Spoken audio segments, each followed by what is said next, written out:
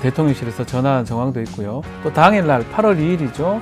신범철 국방부 차관과 대통령 그 사적 전화 통화 사실도 좀 드러나고 있습니다.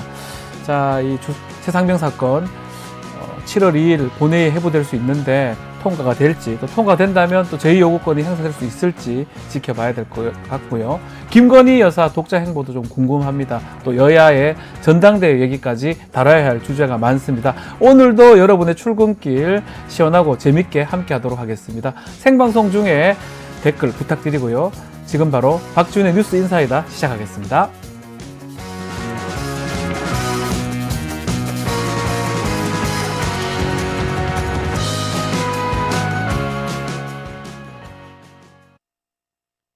매일 10시 1시간만 투자하면 내 계좌도 10배거. 개장하자마자 급등? 따라잡아도 되나? 1분 대기조 점상이 답변해줍니다. 바쁜데 특징 중? 언제 공부해? 1시간만 투자하세요.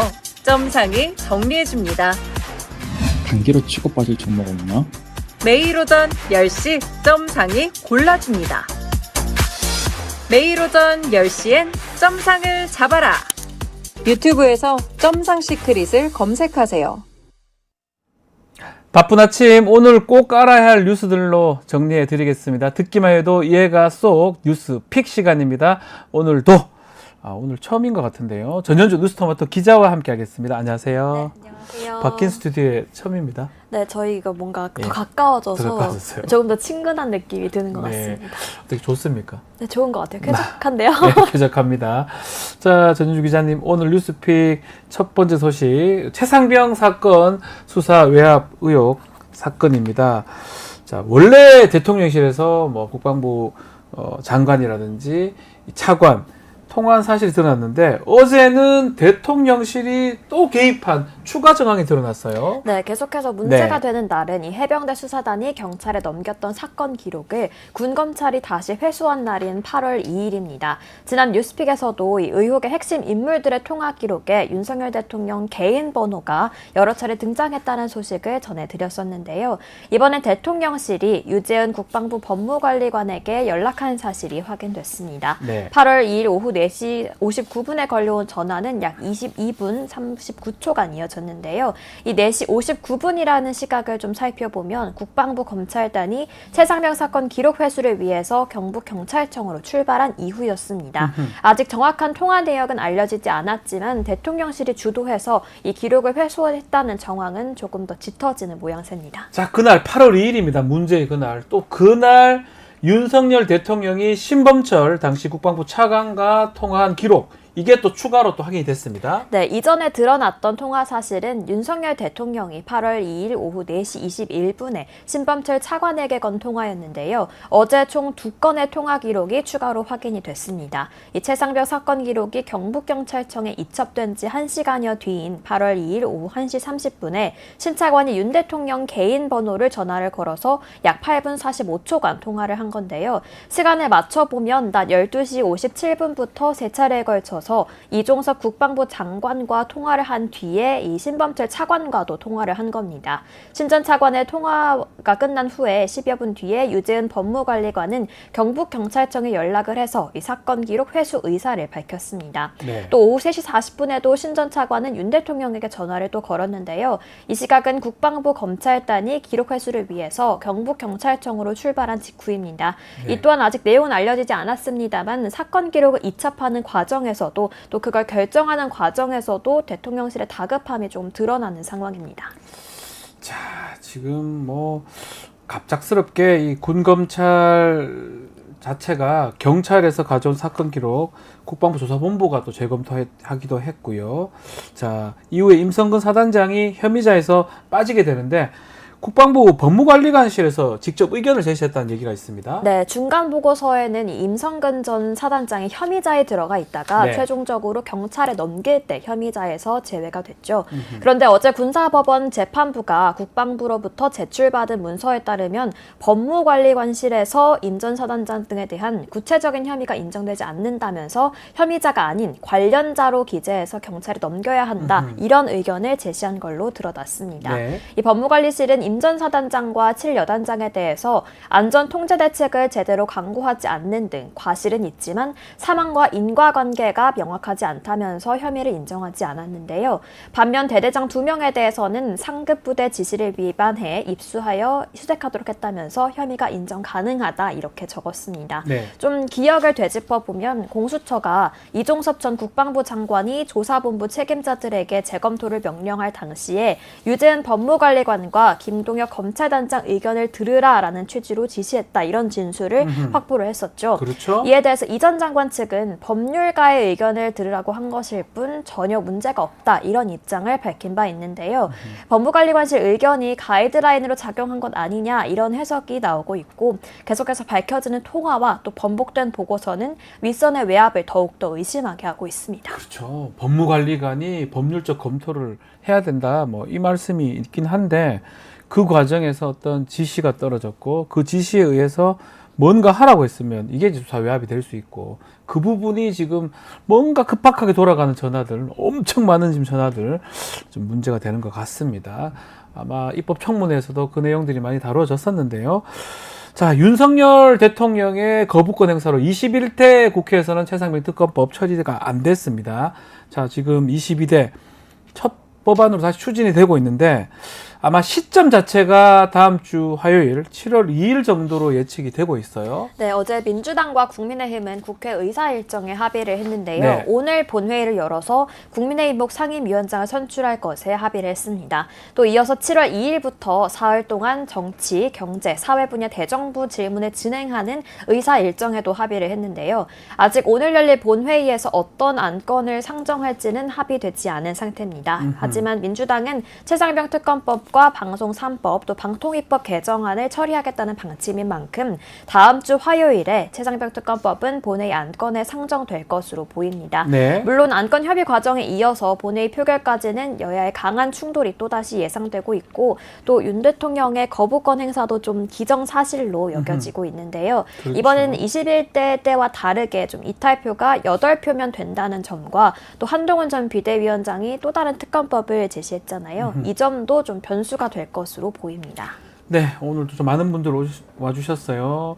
역시나 배동호님, 뽕뿌미님, 이프로님, 젤리스님, 또 오추오추님, 김행자님 와주셔서 너무 감사드리고요. 오늘 전현주 기자님 얘기가 좀 많습니다. 이프로님도 뭐 글 주셨고요. 이쁘다, 목소리 너무 이쁘다, 또 이쁘다. 아마 오랜만에 우리 전현주 네. 기자님이 스튜디오에 또 복귀를 하셔가지고 아마 그런 게 아닌가 생각이 듭니다. 오늘도 수고해 주세요라고 전현주 기자님 또 젤리스님께서 글 주셨습니다. 이 내용이 있어요. 조사하면 다 나와. 이거 옛날에 개그 프로에서 나오던 유행어인데 결국 지금 계속 하나하나 더 나오는 것 같습니다. 자, 이런 상황에서 특검법 이게 계속 거부가 되고 안 되는 상황이 될지 그것도 한번 지켜봐야 될 것 같습니다. 자, 다음 이야기로 한번 넘어가 보겠습니다. 자맹을 깬 김건희 여사 이야기입니다. 순방 등 외교 행보에 좀 집중해야 하는데 이번에 비외교 일정을 단독으로 소화를 했다면서요? 네, 어제 국립정신건강센터에서 열린 정신질환 당사자 및 자살 유가족 간담회는 김건희 여사 단독으로 진행이 됐습니다. 네. 김 여사는 이 자리에서 실질적인 지원 방안을 모색해 나가길 희망한다 이렇게 밝혔는데요. 당초에는 이 윤 대통령과 함께 참석해서 관련 정책을 발굴한다는 계획이었지만 김 여사 단독 일정으로 진행이 됐습니다. 네. 대통령실은 참석자들과의 긴밀한 대화를 위해서 김 여사가 단독으로 간담회를 주재했다 이렇게 설명을 했는데요. 명품백 수수 의혹이 불거지면서 공개 활동을 중단했던 김 여사는 지난 5월 19일 부처님 사립하는 기념식을 시작으로 대중들에게 모습을 드러냈는데요. 이때 당시에는 윤 대통령이 동행을 했었지만 이번에는 혼자 단독 행보를 보였습니다. 자, 김건희 여사 단독으로 소화하는 일정들을 보면 평소 김건희 여사가 관심을 가지는 분야인 것 같습니다.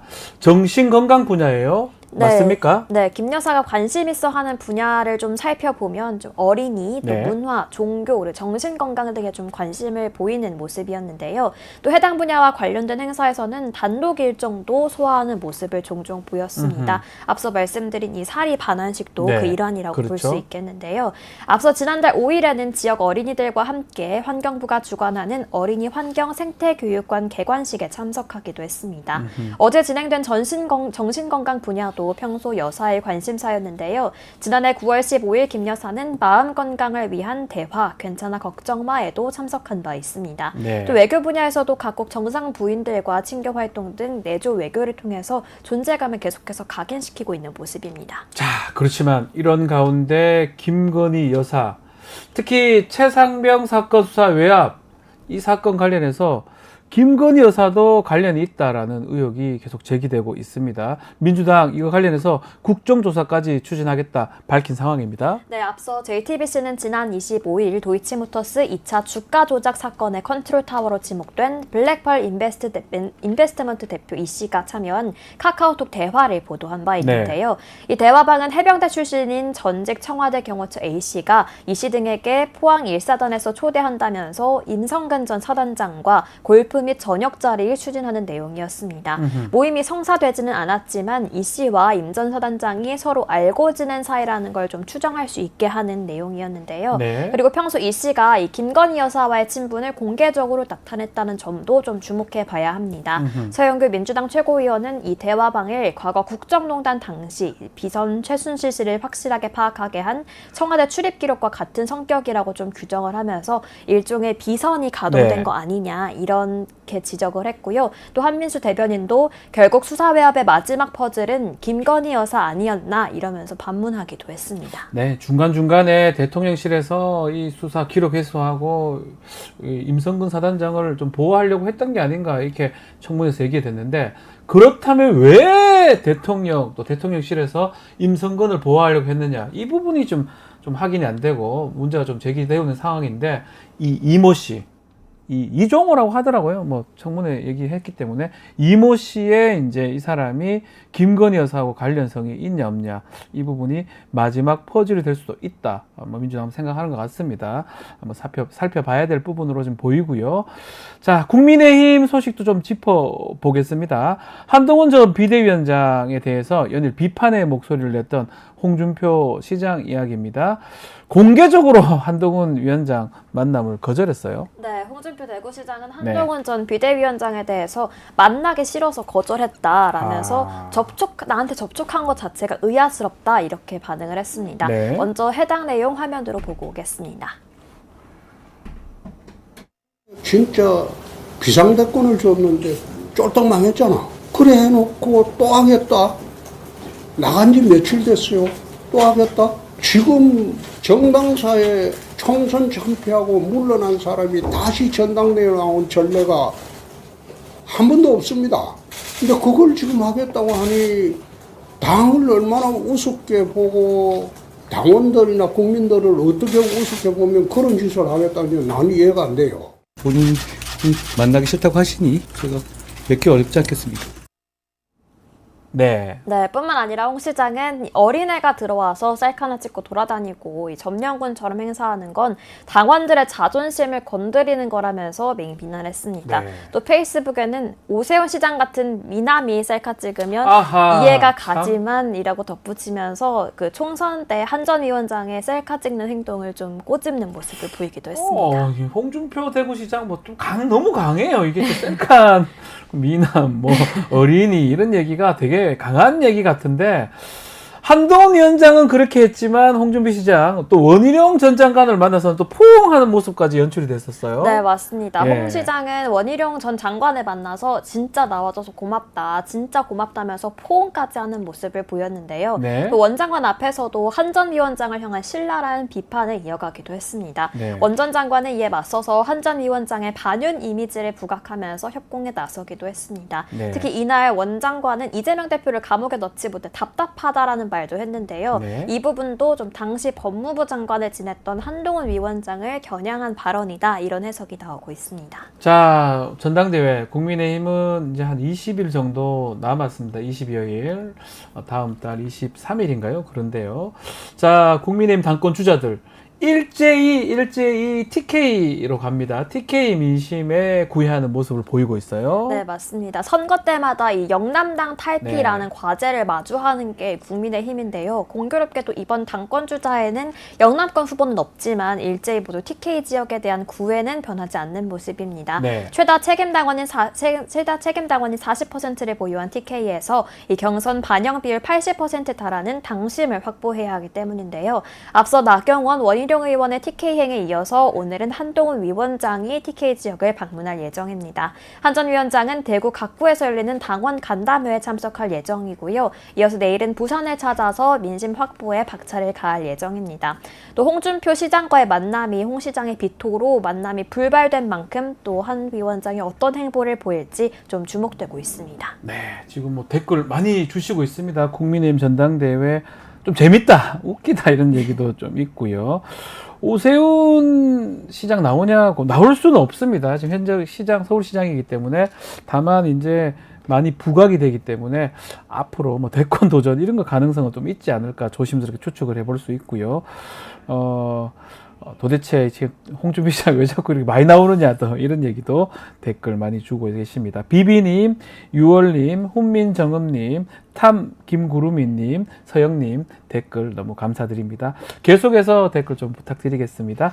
자, 뉴스픽은 여기서 마무리를 하겠습니다. 전현주 기자님 감사합니다. 네, 고맙습니다. 네.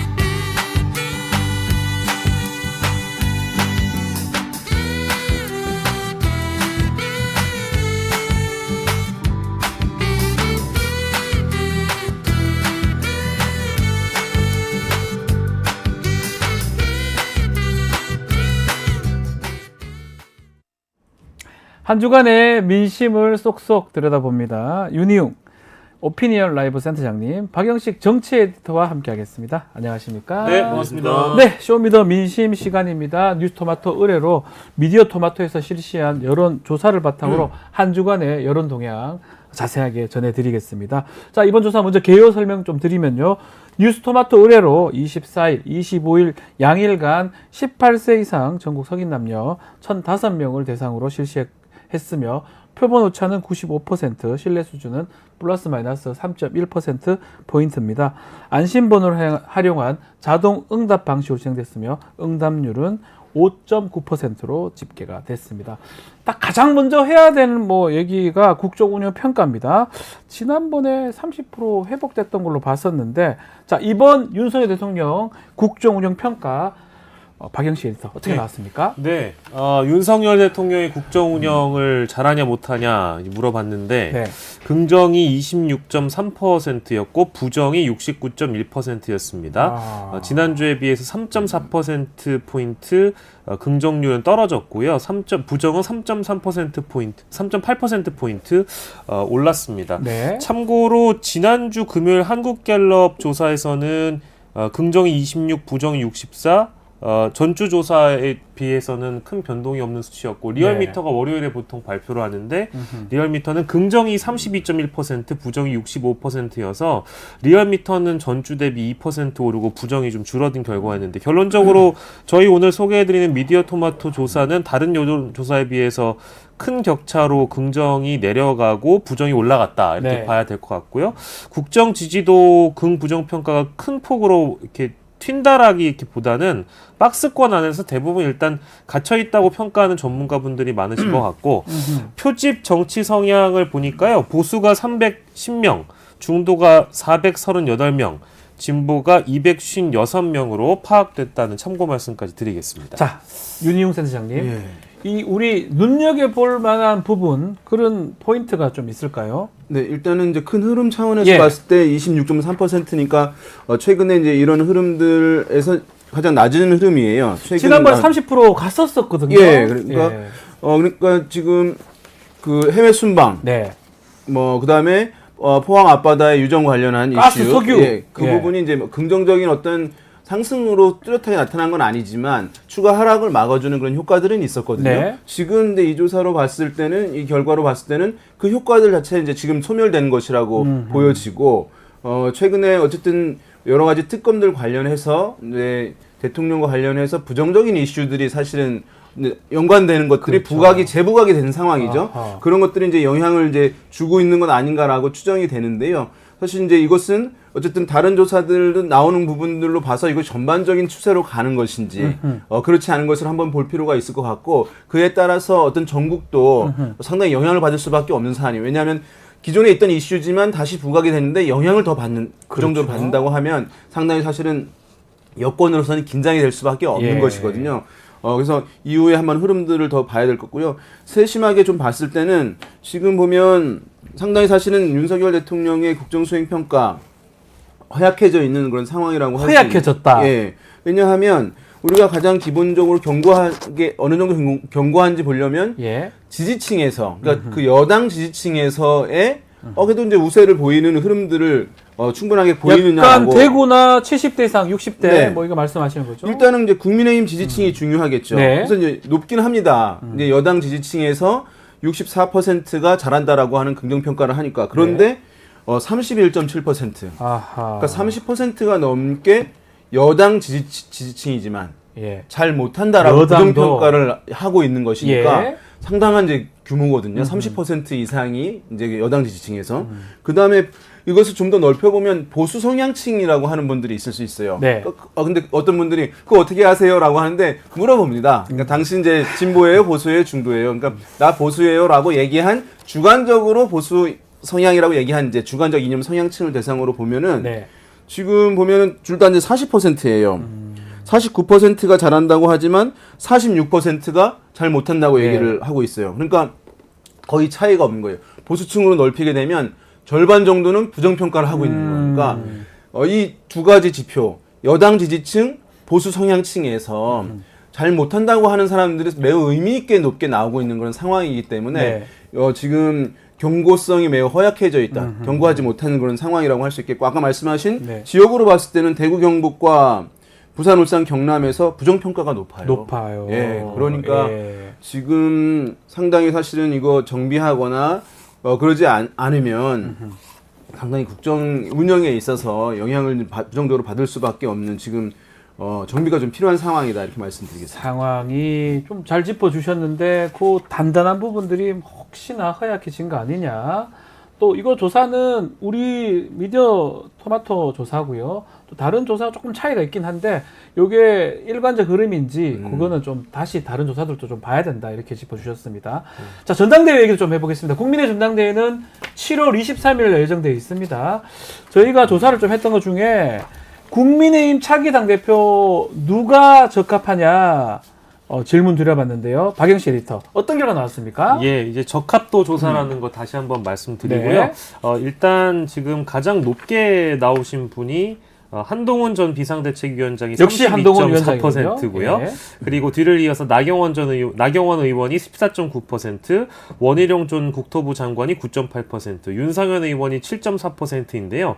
이 중에 잘 모르겠다고 응답하신 분들이 사실 비율이 제일 높긴 합니다. 참 놀랍네요. 예, 지금 회색지대로 보여집니다만 네. 35.5%가 이 적합도 조사에서 누가 적합한지 모르겠다라고 대답을 해가지고요. 한동훈 전 위원장을 택한 그 응답률보다 더 높았다라고 말씀을 좀 드리고 네. 모든 연령대 그리고 모든 지역 정치 성향 가릴 것 없이 한동훈 전 위원장이 차기 국힘 당대표로 적합하다고 답변을 했고 대구 경북 60대 이상 40% 이상이 한동훈 전 위원장이라고 대답을 했고요.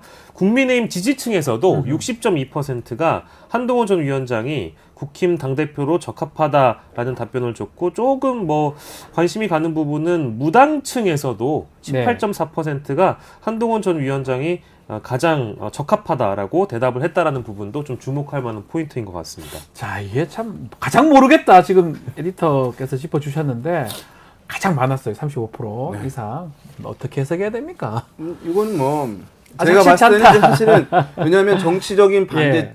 쪽에서는 사실은 응답을 잘 안 하려고 하는 것이 네. 있거든요. 예, 그래서 실제로 그 잘 모르겠다라고 하는 응답은 이제 국민의힘 전당대회로부터 좀 무관하다고 생각되는 야당 지지층에서 네. 이제 응답이 높은 거예요. 그래서 이제 이렇게 많이 높게 나온 측면이 있는데 사실은 이제 정치적으로는 바람직한 현상은 아니에요. 네. 왜냐하면 정치적으로 내가 지지하는 정당과 다른 정당이라 하더라도 거기에 어떤 당대표를 뽑거나 어떤 정치적 의사표출을 할 수 있는 장이라고 한다면 그 중에서는 이 사람이 괜찮아라고 하는 가령 여기에 유승민 전 의원이 있었다고 한다면 네. 잘 모르겠다가 줄어들었을 것 같아요. 그러네요. 그러니까 정책 반대 쪽에서 그럴 수 있네요. 좀 선호를 보일 수 있는 선택지들이 좀 다양하게 제시가 된다면 근데 지금 이런 현상은 원래 있긴 합니다만은 강하게 지금 더 나타나는 것은 선택지들이 있어서 네. 정치적 반대 측은 아예 이제 호감을 보내지 않을 정도로 어떤 성향이 매우 강하게 이제 한쪽으로 보인다고 했을 경우에는 이런 현상 나타나는 것이거든요. 그래서 그런 면에서는 아쉬운 측면이 이제 있다고 할 수 있겠습니다. 이게 지지하는 정당별로도 조금 센터장님 차이가 있습니까? 그렇죠. 이거는 이제 국민의힘의 이제 이벤트인 거잖아요. 그러니까 국민의힘 여론을 보는 것이 중요합니다. 이런 네. 이슈들 같은 경우에는 여기 사안에서 보게 되면 국민의힘 지지층에서는 한동훈 전 비대위원장이 60.2%까지 말씀드렸지만 뭐 워낙 높게 나오는 거죠. 다만 이제 국민의힘 전당대회 룰은 네. 당원이 80%니까 지지층과 당원은 동일한 그룹은 아닙니다. 네. 그러니까 뭔가 당원들은 특별하게 어떤 기류가 있을 수 있는 것이거든요. 그래서 그 차이를 이제 감안해 볼 필요는 있는데요. 어쨌든 거기서는 한동훈 비대위원장이 60.2%니까 뭐 더 높아지는 흐름이고요. 그 다음에 나경원 의원이 14.1, 원희룡 전 국토부 장관이 14.1 동일하고 윤상현 의원은 2.3% 이렇게 나와서 이 조사 결과로 봤을 때 국민의힘 지지층에서는 한동훈 전 비대위원장이 상당히 더 이제 호응을 얻고 있는 것은 이제 맞다. 국민의힘한테는. 예, 그러니까 네. 거기에 보면 그 룰이 80% 당원, 20% 예. 민심이잖아요. 예, 그 8대. 20%에서는 아마 압도적일 것 같은데 아마 당원들은 뭐 아직 이거랑은 다를 수 있는 부분이 있기 때문에 네. 좀 신중하게 볼 필요는 있을 것 같아요. 지금 뭐 댓글 주시는 분 중에서는 네. 이 조사 내용에 대해서 특히 이제 누가 더 나은지 모르겠다. 이제 이런 응답도 주시고 누가 다 비호감이다. 인물이 예. 없다. 이제 이런 말씀도 주시는데 이거는 앞서 제가 소개해드린 대로 호감도 조사가 아니라 그렇죠. 네. 누가 적합하냐? 당대표로 적합하냐라는 질문이기 때문에 네. 실제 이런 질문을 받으시면 진짜 잘 모르겠다라는 응답이 많을 수밖에 예. 없는 그런 질문인 것 같아요. 이제 국민의힘 당원이 아니고서는 네, 맞아요. 큰 관심을 유도하기가 어려운 질문이기 때문에 그렇죠. 잘 모르겠는데 라는 대답을 할 수밖에 없을 것 같아서 예. 보통 우리가 이런 당권 선거나 대권 선거나 모든 선거가 다 이제 뭐 구도 그리고 인물, 이슈 이렇게 이제 세 가지를 보통 꼽게 되는데 한동훈 위원장의 경우에는 총선 패배한 지 2개월 만에 나왔으니까 적합하지 않다고 또 볼 것 같고요. 뭐 그럴 생각도 있겠죠. 그런 생각도. 이게 이제 단순하게요. 그리고 원희룡 후보 같은 경우에는 나올 예정이 없었다라는 보도가 이미 다 나왔는데도 불구하고 갑자기 예. 또 갑툭튀해버렸으니까 예. 이분도 의지가 있는 걸까라는 그런 의심을 하게 될 것 같고, 그리고 나경원 후보나 윤상현 후보가 국민의힘 대표로서 얼굴이 될 수 있을까, 이제 그 가능성에 대한 부분에서 좀 미지수라고 생각하시는 부분들이 많은 것 같아요. 그래서 누구나 뭐 누군가한테는 국민의힘이 좀 더 나은 모습을 보여줄 수 있는 대표가 누가 될까라는 그런 진정성 어린 해석을 내놓는 분들이 있는가 하면 관심이 없는 분들은 대부분 잘 모르겠는데 라고 그럴 수도 있겠네요. 답을 하실 가능성이 높다고 저는 뭐 보여집니다. 이게 예. 대구 경북 이제 우리가 관심 보이고 있는데 네. 대구 경북에서는 이제 나경원 의원이 17.2%로 이제 음흠. 평균보다 좀 올라가는 흐름들 보이고 있고 네.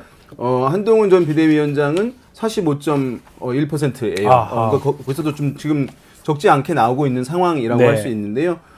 그리고 보게 되면 대통령 국정 수행에 대해서 긍정 평가하는 층, 우리가 아까 이제 분석을 했잖아요. 그 층에서 한동훈 전 비대위원장이 57.6%가 이제 한동훈 전 비대위원장을 지지해요. 네. 그러니까 윤석열 대통령이 일 잘한다라고 생각하는 층에서. 그러니까 지금 이 얘기는 무슨 말씀이냐면 그러니까 한동훈 비대위원장을 비윤 또는 반윤으로 해서 공세를 하고 있는데 아직까지는 그것이 확산되고 있는 건 아니에요. 아직까지는. 그러니까 이후에 아직 한 달이 남았기 때문에 네. 저는 이제 영향을 받을 가능성은 있다고 보는데 지금까지는 어쨌든 한동훈 비대위원장이 반윤, 비윤 후보로 자리매김한 것처럼 비춰지고는 있지만 대통령의 긍정평가층에서 반감을 갖고 바라보고 있는 현상이 지표로 아직은 나오지 않고 나오지 있다. 않고 있다. 아직은 네. 이렇게 말씀드릴 수 있겠습니다. 자, 국민의힘이 국민 신뢰 회복하기 위해서 차기 당대표가 가장 우선시해야 되는 게 뭐냐.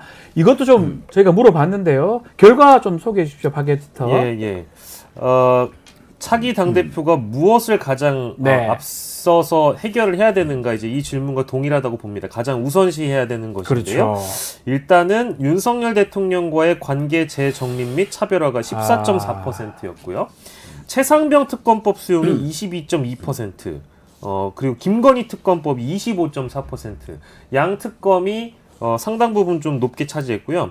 그리고 전통적으로 여당 네. 대표를 뽑게 되면은 정부 국정 운영을 뒷받침해주는 역할이 필요하다라고 그게 좀 낮아요, 생각보다. 해야 되는데 네. 이게 24.8%. 그러니까 양 특검 22.2%, 25.4%를 합친 수치보다 훨씬 더 뒤처집니다. 24.8%고요. 그렇죠. 잘 모르겠다가 13.2%의 그 응답을 보였습니다.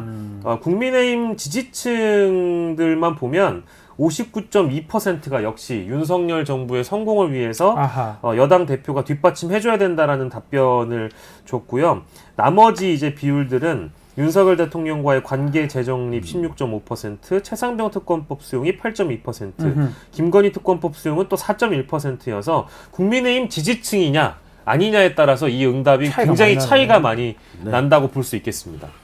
네. 우선 이제 여당 지지층에서는 뭐 이제 이 정부를 이제 성공을 위해서 지원해야 된다라고 하는 인식이 강할 수밖에 없으니까요. 네. 그것이 이제 나타나고 있다고 할 수 있는데, 그럼에도 불구하고 눈에 띄는 것은 우리가 이제 여론에서는 수치가 높으면 중요하긴 하지만 네. 의미 있는 비중이라는 것이 있는 거거든요. 아하. 그러니까 국민의힘 지지층이라고 얘기한 분들 중에서 59%는 이제 이 정부에 대해서 이제 집권 여당으로서 단결된 뒷받침을 해야 된다고 하지만은 16.5%가 16.5. 대통령과의 관계를 재정립하고 차별화해야 된다라고 얘기를 하고 있는 것이니까 여당 지지층 내에서도 일정 부분 의미 있는 그룹들 같은 경우에는 새로운 어쨌든 관계를 재정립해야 된다라고 하는 흐름이 있다는 거죠. 네, 그러니까 흐름이. 그것 이제 의미 있다고 할 수 있겠고 네. 이것이 이제 중도 성향층에서 이제 이 이슈들을 보게 되면, 왜냐면 진보 성향층은 아예 또 이제 완전 비판적인 입장이 다르겠죠. 되니까 네, 완전 중도 다르겠죠. 성향층은 이런 거 보는 거 중요한데요. 예. 이 사안에서 봤을 때는 중도 성향층에서는 최상병 특검법 수용, 김건희 여사 특검법 수용 응답이 높아요. 아, 네. 그러니까 특검법 수용. 예, 그러니까 중도층들은 그 사안들, 왜냐하면 그것이 대통령과의 관계를 재정립하고 뭐 이런 것들은 약간 추상적인 느낌이 드는데 네. 누구 어떤 특검들은 사실은 쉽게 이해되는, 그렇죠. 받아들일 수 있는 것이기 왜 저거 안 때문에. 하느냐, 빨리 해라. 예. 예. 그래서 그 부분에 대해서 지금 굉장히 도드라지게 그 사안을 갖고 그 렌즈를 갖고 바라보고 있는 기류가 중도층에서 좀 확인이 된다, 이 말씀을 드리겠습니다. 중도층을 좀 바라보면 결국 간명합니다.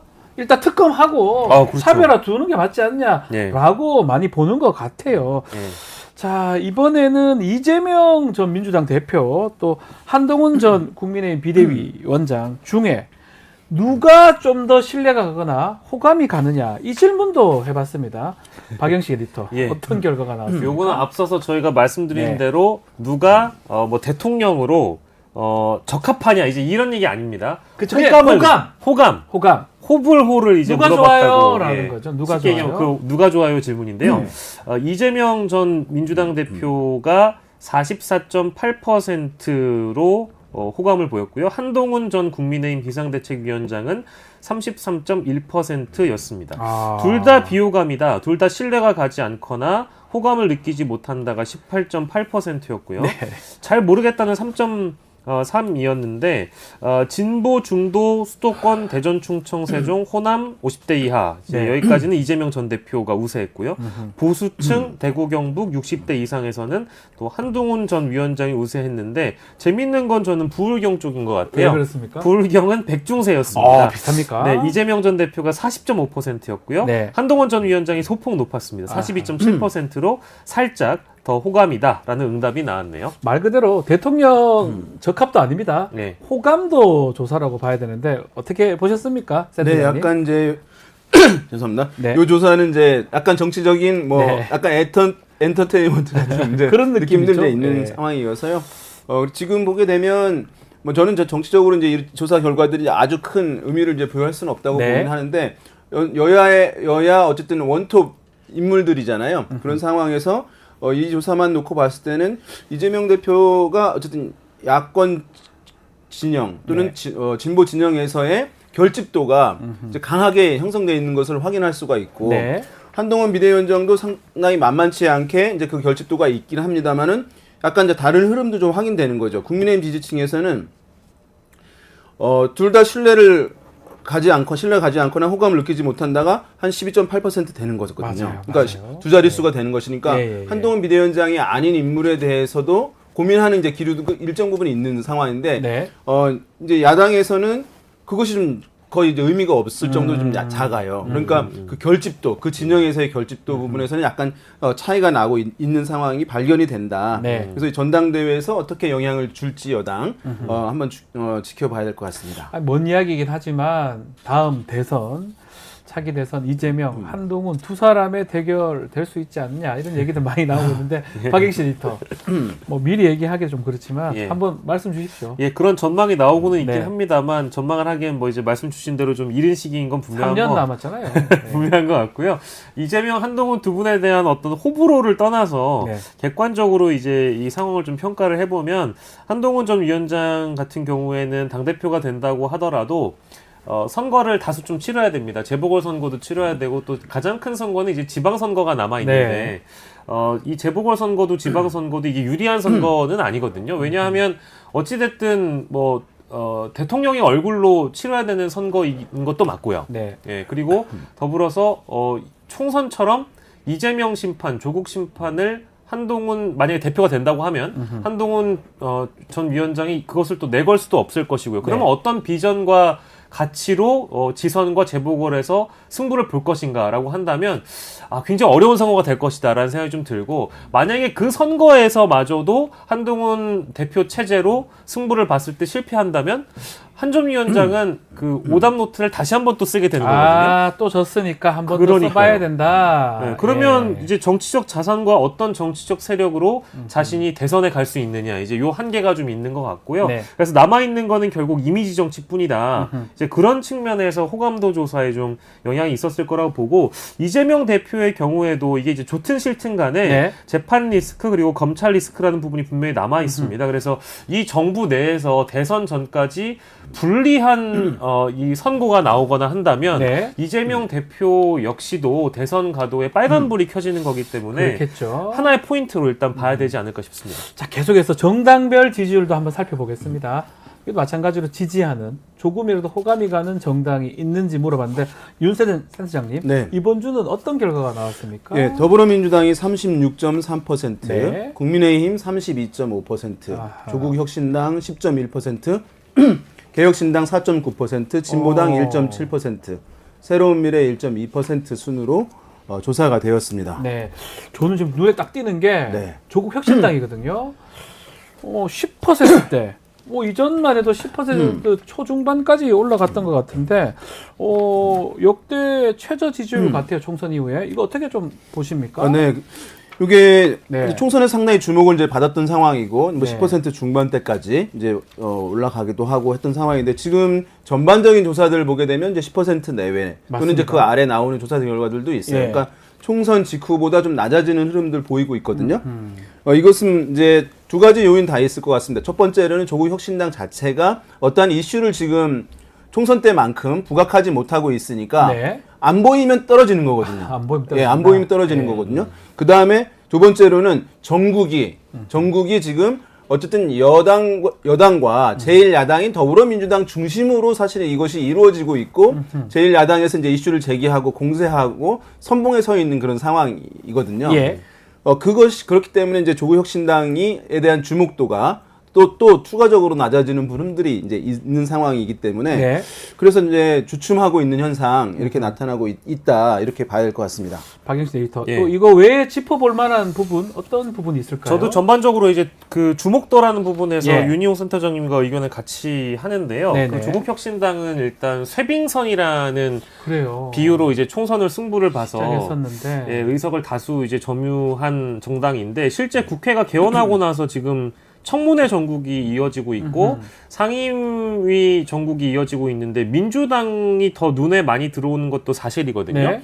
그리고 이번 실제 청문회를 통해서 국회 활동만 좀 우리가 주목을 해보면 조국 혁신당은 다 초선 의원 분들이기 때문에 뭐 그럴 수밖에 없잖아요. 그렇죠. 하구나 원이 있긴 하네요. 예, 그렇죠. 근데 이제 잘 두각을 드러낼 수가 네. 없는 상황이고 실제 초선 의원분들이 청문회 상황에서 질의하시는 거를 보면 약간 몸이 좀 덜 풀렸다라는 평가를 어쩔 수 없는 것 같기도 하긴 해요. 그렇습니다. 예. 초선의 한계도 있는 거니까요. 그래서 네. 쇄빙선이라고 불릴 때의 그 기대는 굉장히 어떤 민주 진보 진영 내에서 컸던 것도 같고 네. 중도층에서도 어떤 정권 심판 차원에서 미뤄졌는데 청문회를 딱 보고 나니까 뭔가 민주당보다 좀 미숙한 것 같다라는 그런 평가들이 좀 나와서 지지율에 영향을 줬다고 보고요. 다만 시간을 좀 두고 지켜봐야 될 것 같습니다. 왜냐하면 뭐 초선 의원이라는 게 조국 혁신당만 있는 것도 아니고 그렇죠. 민주당에도 존재하고 많죠. 있기 때문에 몸이 덜 풀린 건 사실인 것 같고 지금은 이제 스트레칭 단계이니까 이제 본 게임에 들어갔을 때 실력 발휘를 할 수 있느냐 이제 그걸 보면 주목도의 차이가 좀 뭐 평가가 달라질 수도 있는 것 같아서 지금 뭐 10% 정도로 최저라고 나오긴 했습니다만 뭐 반등 모멘텀이 또 있을 수도 있지 않을까라는 생각을 좀 해봅니다. 개혁신당도 한 4.9, 5%대로 가고 있거든요. 네. 이 수렴할 가능성도 있지 않을까 생각도 좀 들어요. 네, 뭐 아무튼 개혁신당은 여전히 네. 그 20대에서 지금 13.1% 아주 지지를 높아요. 받고 있거든요. 네, 그러니까 개혁신당 지지율은 주요한 4개 정당 중에 제일 낮은 건 사실입니다만은 네. 그래도 이제 세대 차원에서 봤을 때 이제 20대의 젊은층들 어쨌든 의미 있게 호응을 얻고 있는 상황이기 때문에 아마도 이제 요 수준 유지는 이제 상당히 될 것 같습니다. 될 것 같다. 예. 알겠습니다. 자, 이어서 뉴스 인사이다 애청자들의 여론을 알아보는 쇼미더 사심 코너 진행해 보겠습니다. 이번 주 질문 자체가 한동훈 전 비상대책위원장 왜 최상병 특검법 추진을 말했을까? 이런 질문을 저희가 드렸거든요. 자, 이번 주 결과 이 질문입니다. 한동훈 왜 특검법 추진 말했을까? 자, 결과가 어떻게 됐습니까? 지금 용산 차별하기 위해서가 72%입니다. 윤석열 정부 살리려고 21%. 자, 특검 필요성 공감에서는 3%밖에 안 되는데요. 자, 저희 애청자 여러분한테 물어본 그 결과입니다. 댓글 좀 살펴주십시오. 예, 어떤 댓글이 올라왔는지 함께 만나보면은요. 네. 일단 뭐 그 앞선 두 부분 용산 차별화 윤석열 정부를 살리기 위해서라는 이제 그런 응답을 참고해 주셔서 보시면 될 것 같고요. 댓글 중에는 그냥 보수 성향의 언론이 시켜서 흉내를 낸 거다. 예? 이것도 대통령과의 어떤 그 약속하에 약속을 전제로 한 이제 약속 대련이다라는 그런 댓글이 올라와 있어서 이거를 좀 먼저 소개를 해드려야 될 것 같습니다. 예. 네. 흉내 낸 거다. 약속 대련이다. 네. 이거는 또 애청자분 성향에 따라서 또 그렇게 생각할 수도 있을 것 같아요. 네. 자, 다음 댓글도 좀 소개해 주시면요. 예, 다음 댓글도 함께 네. 만나보면 이거 이제 쇼다. 거짓말이다. 거짓말이다. 연극하는 거다라는 그런 의견이 또 있었다고 하네요. 네. 자, 다음도 보면 의미 없는 뭐 말장난이다. 네. 이렇게 또 윤석열 대통령 대립구도인 척하고 당권 잡고 다시 둘이 짬짬이 먹으려고. 아마 우리 애청자분들은 두 사람의 어떤 관계 자체가 오래된 검사 또 선후배 관계다가 보니까 같은 거 아니냐. 지금 당장은 이렇게 보여도 나중에는 같이 하지 않을까. 이렇게 생각들을 좀 많이 하시는 것 뭐 같습니다. 정치적으로 법적으로 운명 공동체인 거는 사실이긴 합니다만 여전히 이제 쇼하고 있다라는 생각을 하시는 분들이 많은 것 같고 별 의미 없는 말장난에 놀아나지 말자. 뭔가 이게 이제 좀 냉소적인 댓글들이 많은데요. 뭔가를 하고는 싶은데 뭔가를 하고는 싶은데 딱히 들고 나올 게 없어서 국민이 원하는 것을 하는 것처럼 보이려고 한다. 이것도 이제 결국 쇼다라는 의미고 윤석열 대통령과 차별화하는 척하고 짜고 치는 고스톱으로 국민들을 현혹시키고 있다. 이제 이런 댓글까지 있는 걸 보면 대부분 다 이제 이게 쇼잉이다라는 그런 평가를 하고 계신 것 같습니다. 요거는 저희 애청자분들한테 물어본 거기 때문에 뭐 공적인 조사라고 보기 조금 어렵습니다. 예, 사장님. 사심. 사심입니다. 사실 이제 요것이 전당대회에 어떻게 영향을 줄지 매우 사실은 중요한 사안이에요. 왜냐하면 이제 이렇게 일반 중도층들 마음을 사고 좀 다른 후보들과 차별화하기 위해서 한동훈 전 비대위원장이 이 이슈를 던진 건 맞는데 근데 다른 후보들이 공세를 하고 있잖아요. 이제 왜냐하면 민주당 야당과 동조하고 있다라고 하는 이제 비난이 선거 캠페인 때는 이것이 먹히는 거거든요. 자기 당 지지층들한테. 그리고 당원들이 이제 이 사안을 어떻게 볼 것이냐가 저는 이제 상당히 전당대회 결과에 영향을 줄 수 있는 사안이라고 할 수 있을 텐데 중요하군요. 다만 이제 이것이 맞물리는 것이 뭐냐 하면 이 사안 자체가 일반 대중, 일반 국민적 차원에서의 큰 흐름의 여론이 이것이 이제 강화되느냐, 이것이 이제 그냥 밋밋하게 가느냐, 이 부분 되게 중요할 것 같아요. 그러니까 여당으로서 이것을 거부할 수 없는 여론의 흐름이 형성돼 버린다라고 하면 한동훈 전 비대위원장이 이 특검 이슈를 던진 것에 대해서 당원들이 수용도가 높아질 것이고 호응할 것이고, 그러니까 지지를 처리하지 않을 것이고, 근데 만약에 최상병 이 특검과 관련한 기류가 그냥 밋밋하게 그냥 간다라고 하면 그 다른 후보들이 한 전 비대위원장 공격하는 것이 당원들한테 먹힐 가능성이 있거든요. 그래서 매우 사실은 전당대회의 핵심 이제 이슈로 떠올린 사안이다 이렇게 보겠습니다. 알겠습니다. 자, 오늘 쇼미더 민심 여기서 마무리하겠습니다. 윤희웅 센터장님, 박영식 에디터님 두 분 감사합니다. 감사합니다. 자, 저는 잠시 후 이슈 3합으로 돌아올 테니까요. 조금만, 아주 조금만 기다려 주십시오.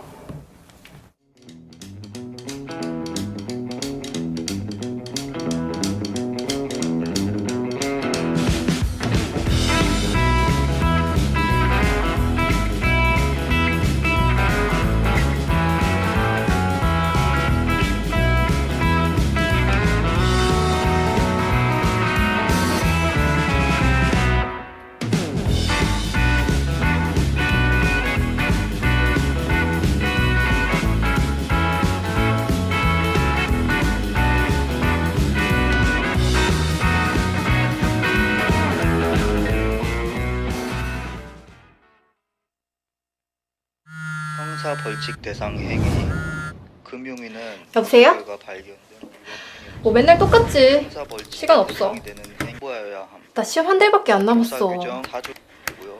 수정명령 문제는 또 언제 조사 푸냐. 규정 제27조입니다. 응. 지금 먹으려고.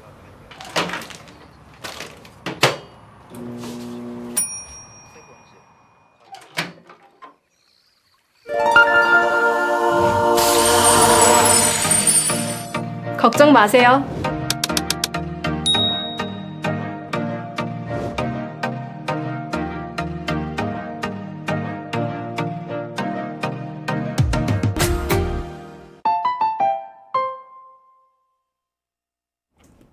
자, 매주 목요일 톡 쏘는 정치 평론 시사 맛집 이슈 3합에 여러분 초대하겠습니다.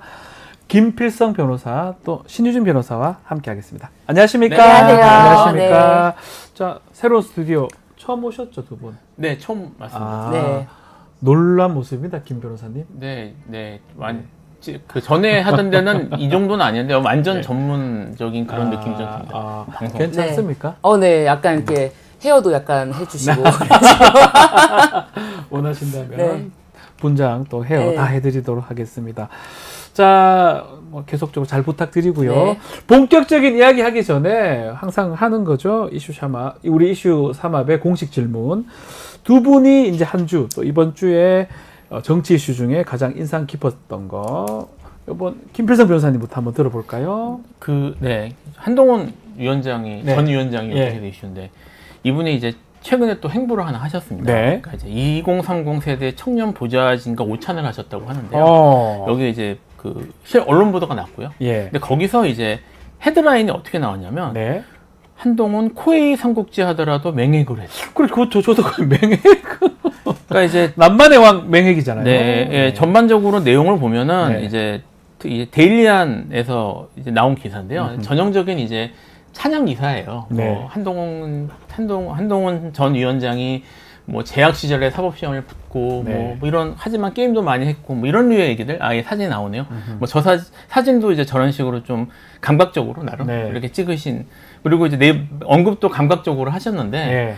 이게 이제 문제가 뭐냐면, 제가 이제 느끼는 게, 사실 이런 기사들은 국민의힘에서 대선 주자들이 나와서 대선 전국에서 나올 만한 주자 내용들이거든요. 네. 예를 들면 뭐 지난번에 윤석열 대통령에 대해서 이런저런 노래도 잘하고 요리도 네. 잘하고 뭐 이런 식의 얘기들은 사실 그 무렵에 나올 얘기인데, 예. 이제 한동훈 위원장은 저런 기사들이 꽤 자주 나오고 있어요. 아, 그 점이 좀 놀랍다는 게 하나 있고요. 더 이제 아쉬운 거는, 잘 아는 사람들 입장에서는 조금 부족하다. 그러니까 뭐 이제 역사에 대한 관심을 전에도 보이지 않으셨습니까? 그 빨간 책, 네. 빨간 책 들고 하셨는데, 이 같은 경우에도 코웨이 삼국지를 해본 사람들이 이제 말씀은 맹획이 난이도가 매우 높은 영웅이다. 네. 그래서 난 난이도 높은 것만 했다. 주로 했다라는 말씀이신 것 같은데, 삼국지를 보신 분이 아시겠지만 난이도 어려운 영웅의 대표적 케이스는 엄베코입니다. 아, 엄베코! 예, 무력, 정치력 거의 뭐 바닥 가까운. 바닥에 해보셨으니까 저는 아시겠지만. 뭐 다 오래 봐서. 엄베코가 가장 대표적인. 맹획은 밑에 세요. 뭐 하려면 할 수도 있어요. 그리고 그 정치인으로서 적적하지 않은 게, 네. 맹획하면 딱 떠오르는 게 만만해. 7.7금. 7.7금이죠. 7.7금 아니겠어요? 제갈량한테. 그러니까 예. 패배의 이미지. 네. 패배 이미지인데 왜 이걸 맹획을 했을까?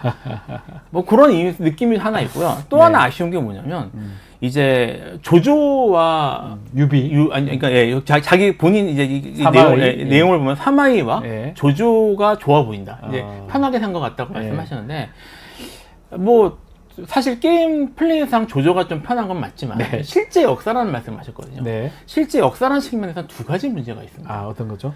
일단 조조와 사마이는 왕이 되지 못했습니다. 네. 그렇죠? 네. 본인이 이제 최고가 되지 못했고요. 더 큰 문제는 그 자손들이 끝이 별로 좋지 않아요. 아, 자손들이 다 절멸합니다. 예, 대부분. 그렇죠. 네. 그러니까 그 이제 위진 남북조 네. 이렇게 부르잖아요. 위나라 진나라니까요. 예, 위나라가 이제 그 조조의 후손에 나온 위나라가 사마이의 후손에게 결국 멸망을, 안 좋게 멸망을 하고요. 네. 헌재의 복수다 뭐 이런 말이 나올 정도로 안 좋게 네. 끝나고, 그럼 사마이의 후손들은 어떻게 되냐?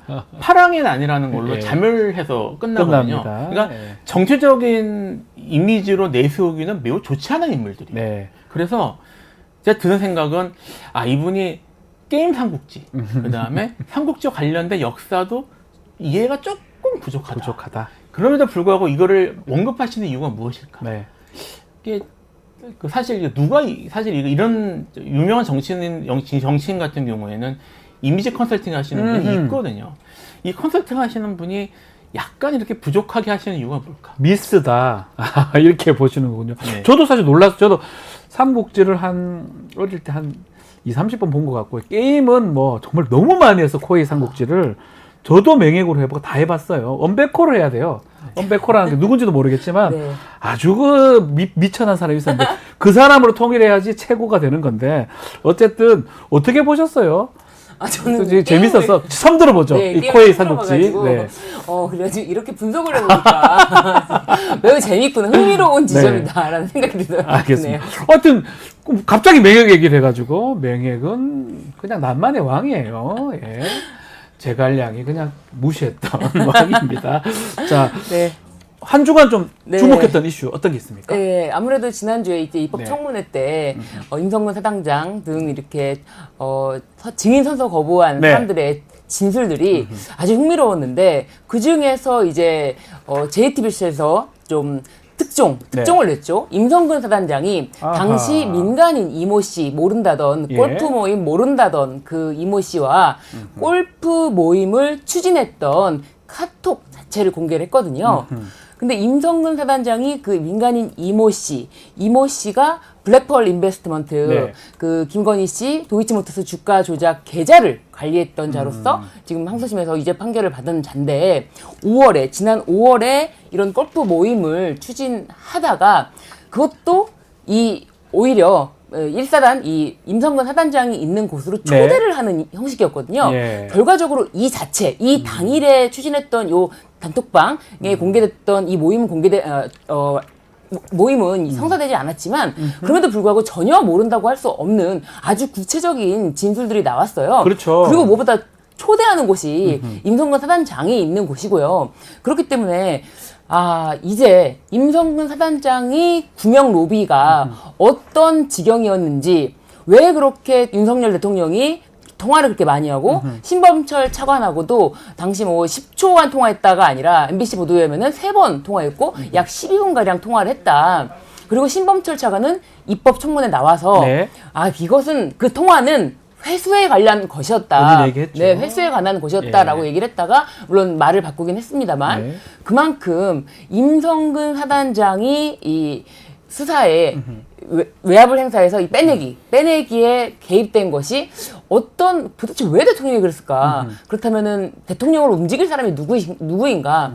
김건희 여사와 관련된 모종의 어떤 더 깊은 연관이 있는 거 아닌가? 이런 이제 예측까지 되면서 그렇죠. 매우 이 고리가 드러나기가 쉽다. 이제 드러날 수 있는 상황이 됐다라는 생각 때문에 이거는 최혜병 특검이 아니라 이제는 윤석열 대통령 특검, 윤석열 대통령이 직접 연결된 특검으로 봐야 된다. 아니 임성근 전 사단장이 그 이모 씨 물어보니까 한치의 그 주저함도 없이 저도 제 친구 중에 이모 씨가 그 꽈트림 너무 많아요. 그 질문하면 누구 이 일을 말합니까? 이래야 되는데 모릅니다. 전혀 모릅니다. 골프 안 칩니다.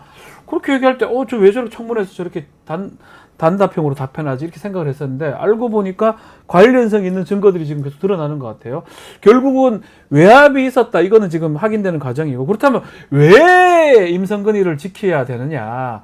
그 부분에 대해서 지금 이 도이치모터스 또 김건희 여사 관련성이 있을 수도 있다. 이 부분이 이제 앞으로 밝혀져야 될 부분으로 보이네요. 일단 정황이 나온 거라서 딱 부러지게 말씀드리는 건 없지만 말씀하셨던 것처럼 그냥 정황이 아니라 이게 뭐 골프같이 친 정도라고 끝날 문제가 아니라 그 보였던 그 태도, 이런 득을 비추어 볼 때 뭔가 좀 이상하네, 들여다봐야 되는 게 아닌가 이런 생각이 들게 만드는 것 하나가 있고요. 저는 요거 하면서 약간 핀트가 좀 어긋난 것 같긴 합니다. 먼저 생각 하나 한 게 있는데 이게 군 골프장에서 골프를 쳤단 말이에요. 네, 뭐 안 됩니까?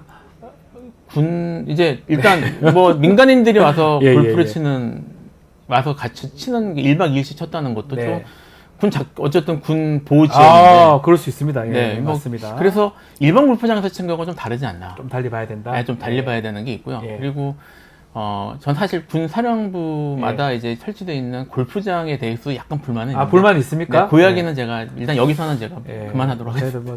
장교 출신이다 보니까 몇 번 가만히 가봤어요. 무슨 말인지 알겠습니다. 군사령부 또 공군 또 육군 해군 다 골프장들이 좀 큰 부대마다 체력단련장이라고 있는데 아마 거기서 지금 했던 얘기가 나오는 것 같습니다. 자, 본격적인 좀 이야기 좀 이어가도록 하겠습니다. 자, 오늘 이야기는 7월 23일 치러질 국민의힘 전당대회 얘기부터인데요. 자, 후보들이 4명이 지금 나왔습니다. 어떤 분을 눈여겨보고 있습니까? 4사람 중에?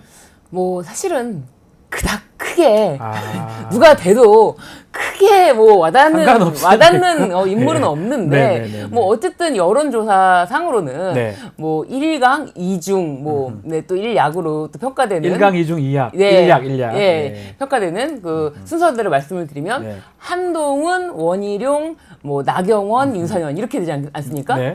그렇기 때문에 이게 이제 결선 투표로 가느냐 아직 이제 1강이라고 하는데 그 4명의 인물 구도상으로는 뭐 30%대가 나오기도 합니다. 그렇기 때문에 결선 투표로 가느냐 아니면 중간에 뭐 단일화를 하느냐 여러 가지 논의가 있는 가운데 한동훈 전 위원장이 그런 얘기를 하지 않았습니까? 이 최혜병 특검법에 대해서 네. 어쨌든 수정을 해서 받는다 이런 네. 이야기를 내서 시끄럽고 그러자 뭐 나경원 원희룡 할 것 없이 그러면 한동훈 특검법도 받을 것이냐 네, 이런 이야기를 하면서 좀 흥미로운 지점이 되지 않았나. 그렇다면은 남은 전당대회 기간 동안에 과연 어떻게 또 이제 이 중이 1일 강을 공략할지 좀 더 구체적인 공략법이 필요한 게 아닌가. 네, 그런 생각이 듭니다. 어떻게 누구가 가장 눈에 띄어요? 한동훈입니까? 저는 역시 한동훈. 한동훈, 네, 맹획을 좋아하는 한동훈. 그러니까 네. 지금 그 뭐 악체처럼 뭐 지지율은 높고 이런 걸 떠나서 네. 독특해요. 네. 제가 지금 맹행 얘기도 했지만 예. 마케팅 방법이 좀 독특하고요. 예. 그래서 제가 사실 어디에 관심이 있냐면 예. 좀 전에 잠깐 얘기했습니다만 네. 이걸 누가 전담해서 이미지를 담당하고 있나. 이게 일반적인 정치인 이미지는 아닌 거고요. 네. 아마도 저 이제 좀 아시는 분들하고 전문가분들하고 좀 사적으로 얘기를 해본 적이 있는데 네. 광고 전문가가 붙은 것 같다. 아, 광고 전문가가 붙은 것 같다. 정치 정치 전문가가 아니고 광고 전문가가 붙은 것 같다. 근데 이제 광고 전문 특히 광고 같은 경우는 이제 업계에서 일해보신 분은 아시겠지만 그 이제 고용주, 그러니까 이제 그 발주를 넣은 업체의 사장님 의사를 가장 중요하게 생각을 하거든요. 네. 그러니까 한동훈 위원장의 스타일, 자기가 원하는 스타일을 극대화하는 데 지금 맞춰져 있는 게 아닌가 이런 생각이 드는데 어쨌든 여러 가지 측면에서 좀 예상하기 어려운 그리고 독특한 그리고 들여다보면 재미있는 이런 모습을 많이 보여주고 계셔서 그래서 한동훈 위원장을 이제 그냥 재밌게 보고 있습니다. 자, 그렇지만 이제 한동훈 위원장, 홍준표 시장하고 만남은 계속 불발됐습니다. 만남 거절이 한 번도 아니고 2번 있었다고 하는데, 자, 만남 거절 당일 때 홍준표 시장 글도 많이 올리셨어요. 비판을, 자, 조금만 흉내를 내면 그 방자하다 이런 말 인자. 나 이래 생각해요. 근데 이상민 우리 에디터를 좀 따라하는 건데 엄청 그 정치를 잘못 빼앗다, 뭐 셀카나 찍는 뭐 여러 가지 얘기들을 합니다.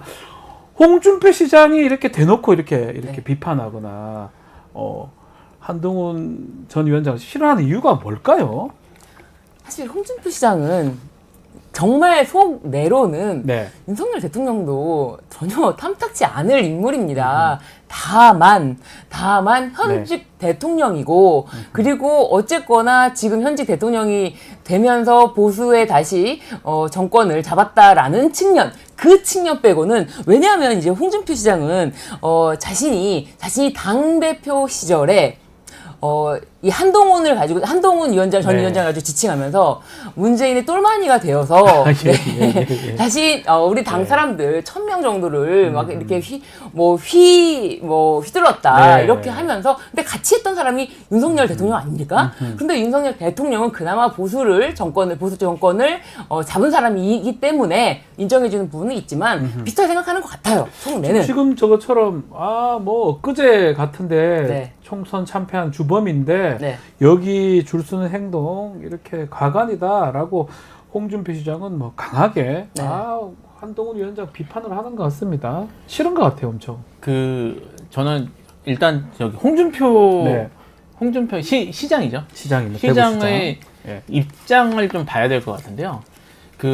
이제 제가 어느 정치인께 얼마 전에 들은 얘기긴 한데 특히 국회의원도 그렇고 우리 유력 정치인들은 전부 별도의 영주라고 보면 안 된다. 그러니까 자기의 영역이 영주다. 있고, 영주.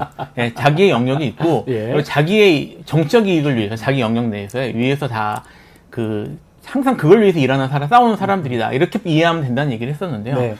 그런 기준에서 보면 홍준표 시장은 사실 아시겠지만 다음 대선, 항상 그렇지만 가장 첫 순위로 꼽히는 대선 주자입니다. 대선 주자로. 국민의힘에서. 그래서 지금 다음 이제 윤석열 대통령 이후에 국민의힘 대선 주자를 꼽으려면 아마 자기가 나갈 생각을 하고 있을 거예요. 그러면 그 기준에서 보면은 가장 현재로서는 경쟁자가 한동훈입니다. 그러니까 한동훈 위원장하고는 이게 나를 세우는 게 맞고요. 그리고 그러기 위해서는 노선을 좀 다르게 해야 될 텐데 최근의 행보를 봤을 때는 어쨌든 홍준표 시장이 저기 윤석열 대통령과 가까이 지내는 쪽을 선택한 것 같아요. 아. 뭐 그렇다면은 그거를 이제 기준으로 그 명분으로 해서 한동훈 위원장과 날을 세우는 게 아닌가. 예, 그래서 앞으로도 이런 날 세운 모습들을 한동훈 위원장과 좀 긴장관계 같은 걸 하면서 또 한동훈 위원께 자기가 긴장관계를 하고 비판을 하면 동급이 되거든요. 현재 그렇죠. 어쨌든 한동훈 위원장이 지지층에서나 이쪽에서는 지금 가장 주목받고 그렇죠. 가장 지지율이 높으니까 그런 측면에서 이거를 계산해서 하는 게 아닌가. 저는 이렇게 좀 생각하고 자, 있습니다. SNS 다시 한번 또 화면으로 좀 보면 좋을 것 같은데 마지막 줄이 한번 좀 보여주십시오. 네, 저겁니다. 오세훈 시장 같은 미남이 그 셀카 찍으면 이해가 가지만 이렇게 하신 것 같아요. 오세훈 시장을 언급을 했습니다. 오세훈 시장 때문에 한동훈 전 위원장 의문의 일패를 당한 것 같기도 합니다. 어떻게 봐야 됩니까? 그 무엇도 안 된다. 그 무엇도 안 된다. 사실 언론에서는 한동훈 전 위원장의 외모까지 네. 엄청난 칭찬을 퍼붓고 사실 한동훈 전 위원장은 마케팅 전략이라는 게 필요 없다. 네. 왜냐하면 어떤 모습으로 어떻게 되더라도 기자들이 정말 그거를 정말 좋게. 온갖 미사 여구를 붙여서 포장해 줄 것을 믿고 있다. 네. 그런 생각이 드는데 사실 이 홍준표 시장이 경향신문과의 인터뷰에서는 어린 애가 설치는 게 맞냐? 이 당이 어떤 당인데 점령군처럼 들어와서 어린 애가 설치는 게 맞냐? 이렇게 어린 애라고까지 표현했어요. 네. 이 정도면은 윤석열 대통령과의 또 만남이 있었지 않습니까? 홍준표 시장이 그러면서 윤석열 대통령이 이런 어떤 독서를 독려해 주었고 네. 그런 것에 힘을 입어서 내가 더 밟아줘야 된다. 그래서 약간 사명감을 띠고 아하. 어린 애가 설치는 게 맞냐부터 해가지고 네. 셀카 이딴 거 찍으면서 자신의 정치질이나 하는 그 어린 애 안 된다라고 얘기하는 것 같아요. 말씀처럼 오세훈 시장한테 좀 더 포인트 가고 한동훈 위원장, 한동훈 후보는 아니다 이런 의사표시를 확실히 한 것 같아요. 안 보겠다 2번 거절했다 뭐 이런 얘기하는 거 보면. 그러니까 지금 셀카 이 부분, 셀카 찍으면 네. 이 부분은 다 제가 좀 전에 얘기했던 다시 한번 한동훈 위원장의 이미지 메이킹 좀 독특하거든요. 네. 그러니까 사람들이 이제 셀카, 그 다음에 지나가는 사람이 마치 감동해서 찍은 것 같은 그런 사진들 이런 것들을 계속 내세우면서 이제 이미지 메이킹을 하고 있단 말입니다. 그러니까 이게 사람들이 보기에 좀 독특한데? 그리고 뭐 상당히 많은 사람들은 좀 그렇지 않나? 이런 식의 생각들을 하고 있는데 네. 사실은 그 부분을 지금 짚고 들어간 거예요. 그러니까 제가 봐서는 홍준표 시장이 정치적 감각이 사실 충분히 이제 좀 뛰어난 인물이거든요. 그렇죠. 그러니까 지금 여기 보시면 아까 그 나왔던 핵심 내용 여기 SNS에 나온 내용을 보면 사실 지금 그 한동훈 위원장에 대해서 약점이 될 만한 부분들을 딱딱 짚었는데 네. 마지막에 그 이야기를 셀카 같은 얘기도 이제 그 한동훈 위원장이 스스로 이제 추구하고 있는 그런 이미지 메이킹이나 이런 것들이 사람들이 보기에 좀 그렇게 잘 먹히지 않는다. 네. 반감을 살 만한 내용이다. 이런 것들을 딱 짚은 것처럼 보입니다. 저는. 네. 자, 그렇지만 좀 반대되는 인물도 있어요. 홍준표 시장이 원희룡 전 장관은 그 거절하면서 한동훈 위원장 거절하면서 또 만났습니다. 또 나경원 의원도 이전에 만나기도 하고 특히 원 전 장관한테 홍준표 시장이 출마해줘서 고맙다. 또 이런 말을 했는데 어떻게 봐야 됩니까? 원희룡 장관하고. 아무래도 이제 원희룡 장관이 지금 찐윤으로 계속 이제 부상하고 있지 않습니까? 네. 원희룡 전 장관은 참 인생이 참 다양한 굴곡이 있구나 네네네. 그런 생각이 들면서 한때는 또 인천 계양에 가서 또 한동훈 네. 전 위원장과 같이 뭐 포옹을 하고 뭐 막 어깨를 뭐 하면서 뭐 같이 이제 투지를 불태웠는데 사실 원희룡 전 장관이 당대표가 된다고 한들 네. 계양에서 이재명 대표에게 이 선거로 졌잖아요. 예, 졌지 않았지 예. 않습니까? 그렇기 때문에 원희룡 전 장관이 된들 민주당에서는 뭐 전혀 개의치가 않고 한동훈 전 장관도 한동훈 뭐 전 위원장도 마찬가지로 네. 사실 총선을 이끈 그 참패에 대해서 과연 이 책임이 있는가 이거에 대해서 홍준표 시장은 지목하는 것 같아요. 네. 총선 참패를 이끌었는데 지금 이게 뭐 하는 짓이냐 이런 점을 지적할 수밖에 없죠. 알겠습니다. 오늘 홍준표 시장 얘기만 계속 네, 하는데 그러게요. 어떻게 나중에 뭐 원희룡 장관하고 지금 나경원 의원하고는 둘이 좀 합칠 가능성도 있을까요? 뭐 지금 뭐 이제 여론조사적으로 결과가 나오기 때문에 네. 여론조사만으로 되는 건 아니니까요. 좀 봐야 되겠지만 합치는 게 시너지가 나고 이제 한동훈 전 위원장과 이제 할 만한 상황이 된다. 어쨌든 그 여론 지지율은 크게 차이가 나는 걸로 알고 있으니까요. 된다고 생각하면은 가능성은 있겠죠. 가능성도 있다. 알겠습니다. 연대론 아주 나오고 있다라고 지금 얘기를 하고 있습니다. 자, 국민의힘도 그렇지만 민주당도 전당대회 지금 준비가 되고 있습니다. 후보들 아마 곧 접수될 거로 보이는데, 자, 그렇지만 이재명 대표, 전 대표입니다. 연임 도전을 좀 하면서 대항마가 지금 없는 상황입니다. 대항마 있습니까, 지금? 그런데 저는 이 네. 전당대회에서 뭐 이제 계속 이제 보도되는 바로는 대항마가 없으면 흥행 못하지 않겠느냐 이런 이야기가 나오고 있는데 네. 저는 이거는 좀 달리 봐야 된다고 생각합니다. 지금 국민들이 정치에 좀 무관심하다가 당 대표가 선출될 때 당원들의 의견을 물어보는 당원들의 투표가 있으니까 이런 것 때문에 좀 더 정치에 관심을 갖게 되고 네. 그리고 뭐 전당대회 컨벤션 효과라고 해서 좀 당 지지율도 올라가고 이런 모습 때문에 좀 흥행이라는 말이 나오고 있는데 사실 정치라는 게 지금 이렇게 흔히 말하는 흥행과는 무관하다라는 생각이 드는 게 지금 법사위원회에서 법사위 회의를 보면서 많은 국민들이 그거를 실시간으로 네. 시청을 하면서 엄청나게 열기가 뜨거웠거든요.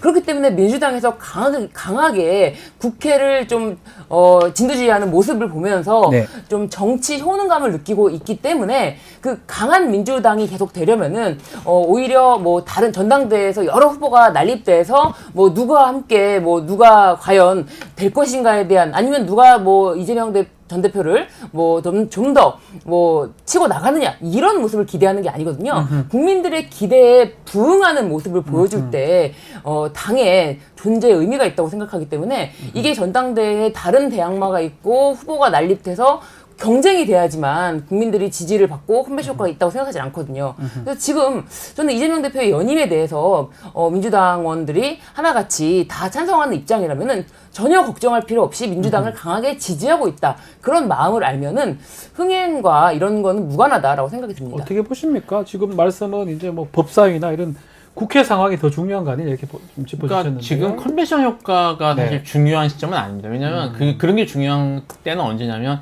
선거가 얼마 남지 않았을 때. 네, 그런 게 중요할 때고요. 예. 지금 민주당에서 이미 선거는 중요 선거는 다 끝났고 뭐 다음 중요 선거는 이제 2년 남았기 때문에 네. 지금 뭐 흥행이나 이런 것들이 중요한 건 아닙니다. 근데 사실 좀 더 근본적으로 일단 사견이라는 걸 전제로 하고요. 예, 사견으로. 예, 제가 예. 이재명 대표 관련된 거는 예. 조심을 해야 되기 때문에 조금. 재판 진행자이기 때문에 변호인이죠. 사견을 전제로 하고 말씀을 드리면 좀 더 근본적인 문제가 있어요. 네.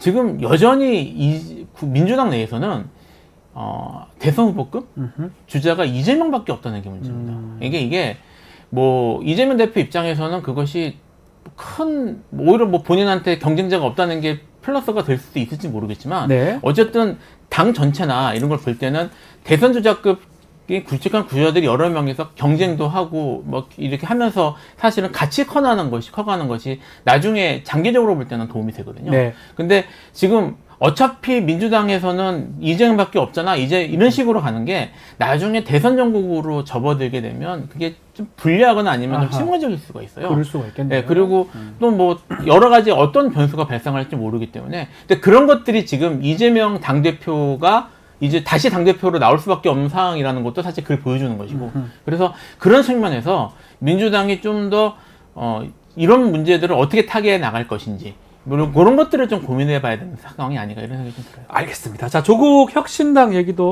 좀 해보겠습니다. 7월 20일 날 전당대회를 하려고 하는데요.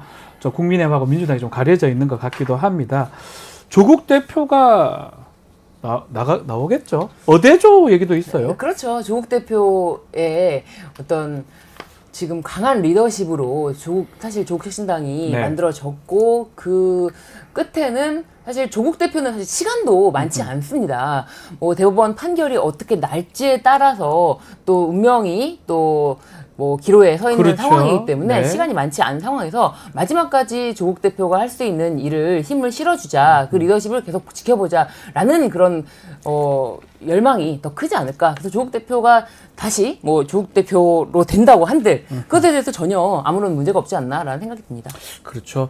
조국 혁신당 최근에 조금 지지율이 조금 이렇게 답보 상태인데 만약에 조국 대표가 당대표 연임을 하게 된다면 이 조국 대표 입장에서는 그게 유리한 건가요? 득실이 어떻게 보면 좋을까요? 뭐 당 전체에서 봤을 때는 사실 바뀌는 게 없는 거라서 뭐 크게 지지율에 영향을 줄 것 같지는 않습니다. 오히려 네. 앞으로 어떤 정책을 어떤 목소리를 내는 거가 더 중요할 것 같긴 하고요.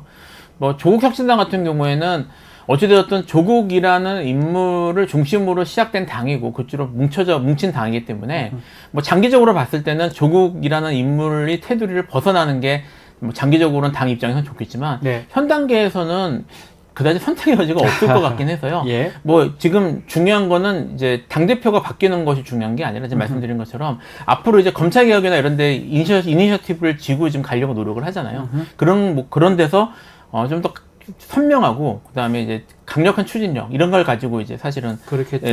이제 총선에 시작을 했으니까 그런 모습을 어떻게 보여주는지가 더 중요할 것 같습니다. 그 얘기만 짧게 한번 짚어볼게요. 조국 혁신당 어제 검찰개혁 4법 발표를 네. 했습니다. 결국 사실상 검찰청 폐지 법안이다 이렇게 볼 수 있을 것 같아요. 네, 그렇죠. 검찰청이 폐지가 되고 이제 네. 공소청과 중수청, 그렇죠. 중대범죄수사청으로 하고 그리고 이거는 또 이제 민주당 김용민 의원의 이제 검찰개혁 TF에서도 발표한 바와 같이 검사들 수사 검사 자체를 없애겠다. 그래서 수사하는 사람들을 수사관으로 하겠다. 그렇기 때문에 아마 검사들이 아니 그럼 내가 검사였는데 수사관이 되는 것이냐 이런 것 때문에 반발이 또 있을 것으로 예상되지만 네. 또 조국 대표의 이야기로는 지금 검찰 개혁에 대해서 이야기를 한들 예전만큼 전혀 이제 검찰 내부에서는 뭐 어떤 그런 반발의 움직임이 나오지 않고 있다 이런 이야기까지 하고 있어요.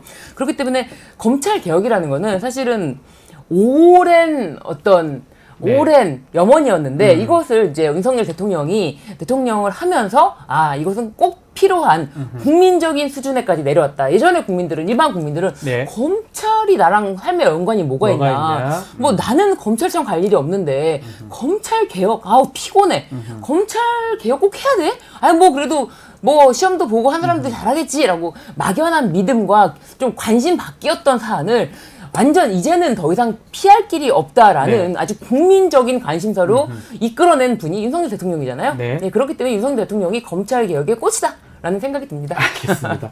자, 오늘 말씀 이슈 3합 여기서 마무리를 하겠습니다. 김필성 변호사, 또 신유진 변호사 함께했습니다. 오늘 말씀 감사합니다. 감사합니다. 네, 자.